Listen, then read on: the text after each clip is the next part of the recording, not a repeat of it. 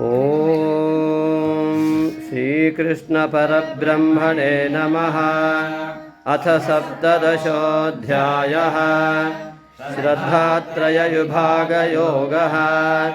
अर्जुन उवाच ये शास्त्रविधिमुत्सृज्य यजन्ते श्रद्धयान्विताः तेषां निष्ठा तु का कृष्ण सत्त्वमहो रजस्तमः।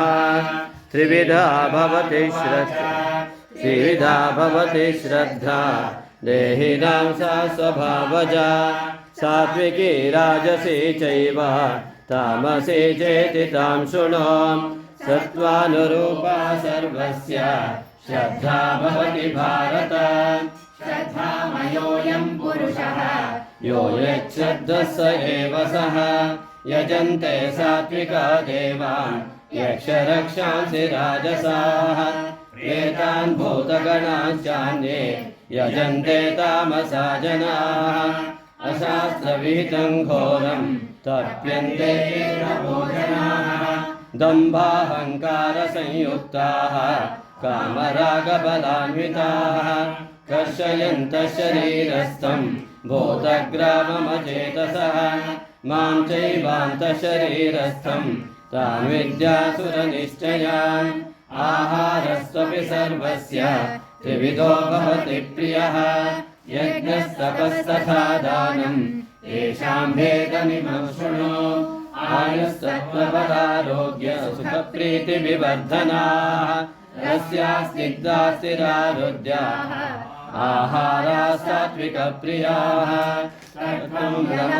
तीक्ष्णरूक्षविदायिनः आहारा राजसस्येष्टाः दुःखशोकामयप्रदाः।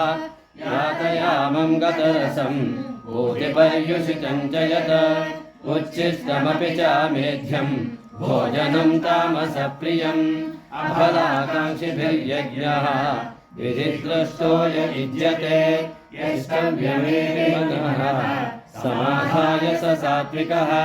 अभिसन्धाय तु फलं ब्रह्मार्थमपि चैव यत् युज्यते भरतश्रेष्ठ तं यज्ञं विद्धि राजसं।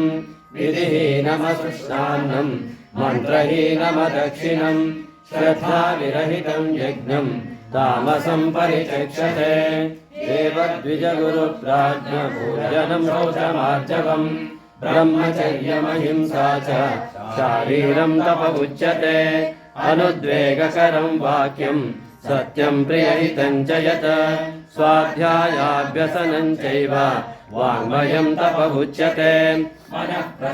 संयत्तं मौनसंनिग्रहः भावसंशुद्धिरित्येतत् तपो मानसमुच्यते। श्रद्धया परया तप्तं तपस्तद्विविधं नरैः अफलाकाङ्क्षिभिर्युक्तैः सात्विकं परिचक्षते। सत्कारमानपूजार्थं तपोदम्भेन चैव यत् क्रियते तदिह प्रोक्तं राजसं चलमध्रुवं।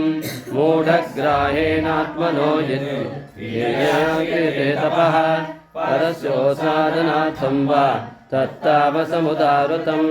दातव्यमिति यद्दानं दीयतेऽनुकारिणे देशे काले च पात्रे च तद्दानं सात्विकस्मृतं। यत्तु प्रत्युपकारार्थं फलमुद्दिश्य वा पुनः दीयते च परिक्लिष्टं तद्दानं राजसंस्मृतम्।